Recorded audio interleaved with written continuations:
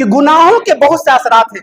سب سے پہلا اثر گناہ کرنے کا سب سے پہلا اثر یہ ہوتا ہے کہ انسان کی عقل و شعور ختم ہو جاتی ہے. انسان کو خیر اور شر کے درمیان تمیز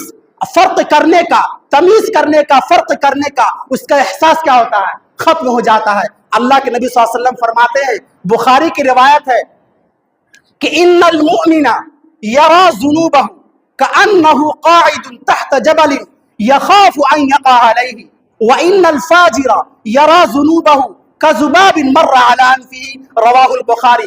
عبداللہ ابن مسعود رضی اللہ عنہ اس حدیث کے راوی ہیں.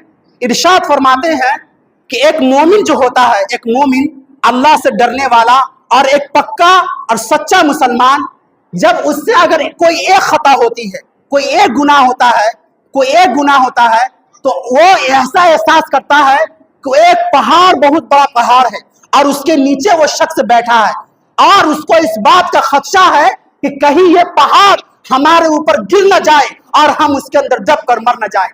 ایک مومن کی پہچان ہوتی ہے کہ گناہ کرنے کے بعد اتنا زیادہ خوف زدہ ہوتا ہے، لیکن اس کے بالمقابل ایک کافر، ایک فاسق، ایک گناہگار انسان جب گناہ کرتا ہے تو ایسا لگتا ہے کہ جیسے کہ اس کی ناک کے اوپر ایک مکھی بیٹھی ہے اور اس کو وہ ہٹا دیتا ہے.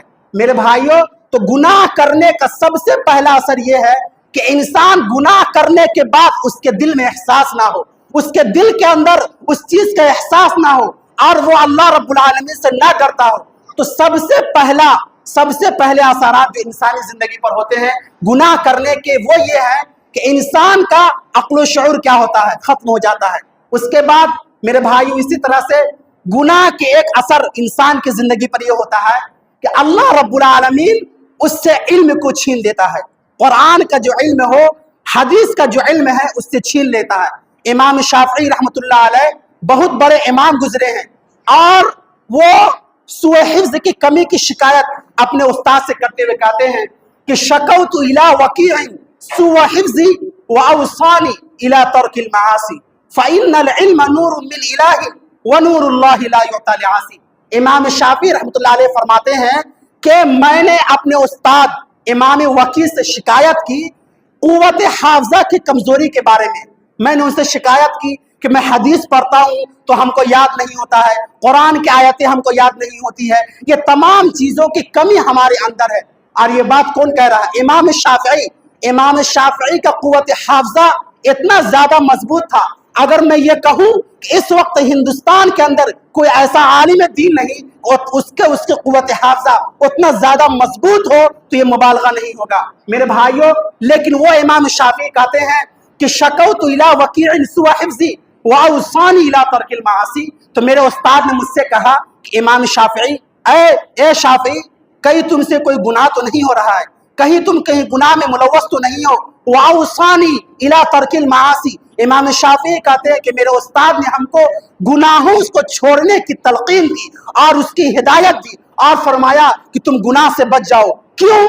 کہ فإن العلم نور من الہ ونور اللہ لا یعطی لعاصی.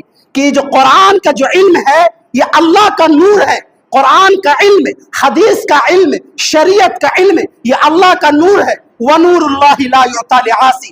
اور اللہ کا نور گناہگاروں کو، اللہ رب العالمین سے بغاوت کرنے والوں کو اللہ رب العالمین کبھی بھی نہیں نوازتا.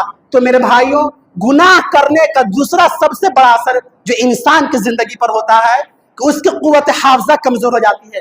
آج ہم کہتے ہیں کہ ہماری قوت حافظہ کمزور ہو گئی، ہم یاد کرتے ہیں تو یاد نہیں ہوتا، کہ کسی چیز کو یاد کرتے ہیں پھر بھول جاتے ہیں. آج اس کے لیے ہم بڑے بڑے اطباء کے پاس جاتے ہیں، ڈاکٹروں کے پاس جاتے ہیں اور بہت ہی زیادہ طاقتور غذاؤں کا استعمال کرتے ہیں اور بہت ہی زیادہ قوت والی چیزوں کو ہم کھاتے ہیں تاکہ ہماری قوت حافظہ کیا ہو؟ مضبوط ہو جائے.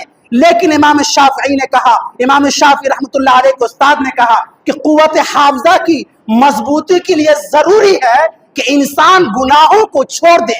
گناہ کے جرم میں یا گناہ کے اندر جو ملوث ہے اس کو چھوڑ دے، اس سے کنارہ کشی اختیار کر لے. لہذا وہ اسٹوڈنٹ یا وہ طالب علم یا وہ انسان جو باتوں کو بھول جاتے ہیں اور ان کو یاد نہیں رہتا کہ ہم نے یہ کام کیا یا نہیں کیا. یاد رکھیے یہ گناہوں کی نحوست ہمارے جسم کے اوپر کیا ہوتی ہے؟ اثر انداز ہوتی ہے.